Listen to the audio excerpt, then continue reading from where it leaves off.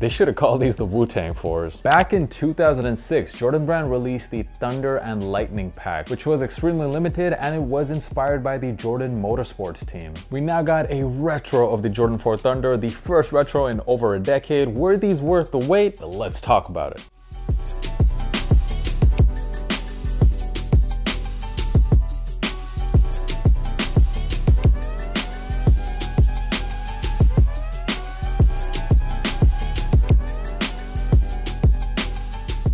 So the Jordan 4 Thunder released on May the 13th worldwide for a retail price of $210 or 210 euros. And these must have had a lot of stock because I typically don't have much luck on the Nike sneakers app. I got 4 accounts in total, entered all 4 of them into the draw, and I hit on 3 of them. So that told me right there that there must have been a lot of stock for this shoe. However, I'm just speculating. But when I did put out a poll on my Instagram asking how many of you guys got W, it was a pretty larger than normal percentage of W. So maybe there is some truth to those stock numbers. The last time these retroed were back in 2012, and based on the resale prices of that pair, this seemed to be a very coveted pair of Jordans. However, if you look at what this pair is going for right now on the resale market, the 2023 version, the prices aren't that bad, going for a bit over retail. And I think that's really because this is one of those you either love it or you think, hey, it's just a black and yellow shoe. If you don't like seeing yellow on your shoes, then you just won't like these. My personal opinion, if you did want a pair of yellow 4s, I did think that the Lightning colorway, which dropped last year, was a lot nicer looking, but that is because generally I'm just not a big fan of black shoes. However, these are definitely a lot easier to pull off. You will definitely get a lot more wear out of this pair, and at the end of the day, isn't that what shoes are all about? You're supposed to wear them. But now let's talk about these, starting off with the box. So they do give you a special box here. I love it when Jordan Brand gives us customized boxes, because if you are a sneakerhead, you're definitely not throwing out the boxes. So if you are looking for your Thunder 4s, it'll be very easy to find them. And getting into the shoes, while looking at them, there's just 2 colors on it. It's black and yellow, and I'm honestly thankful for that, because when we saw early pictures of the shoe, they actually came with a white stitching on the front part of the midsole, which honestly looked very out of place. So I'm glad that the official pairs didn't have that. You get the same color blocking on this pair as you did with the red Thunder pairs that dropped last year. It's not my favorite color blocking. However, I will say all of that black definitely does make the shoe a bit more wearable. It's not too loud, even though there is a pretty loud color on the shoe.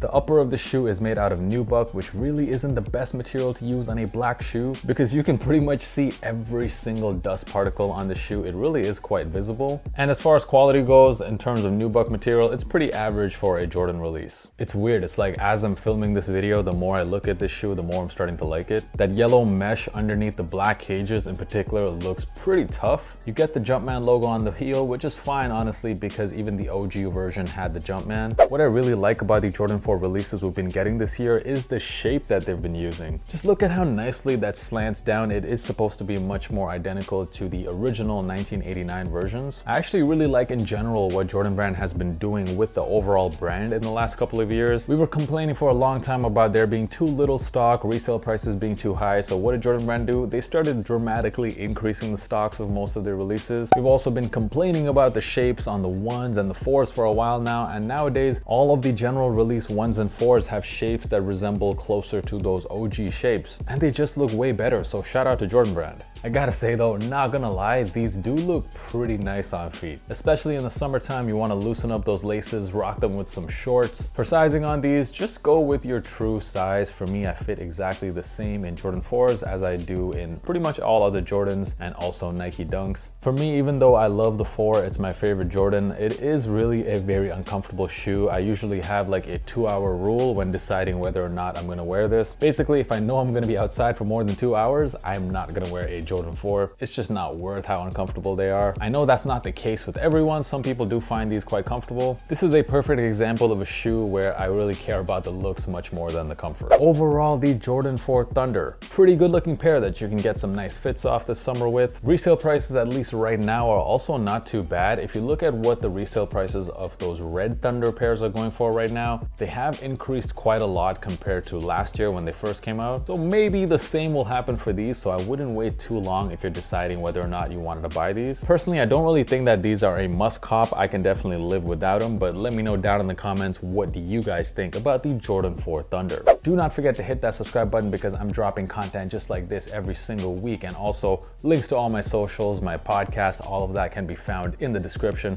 I'll catch you in the next one, guys. Peace.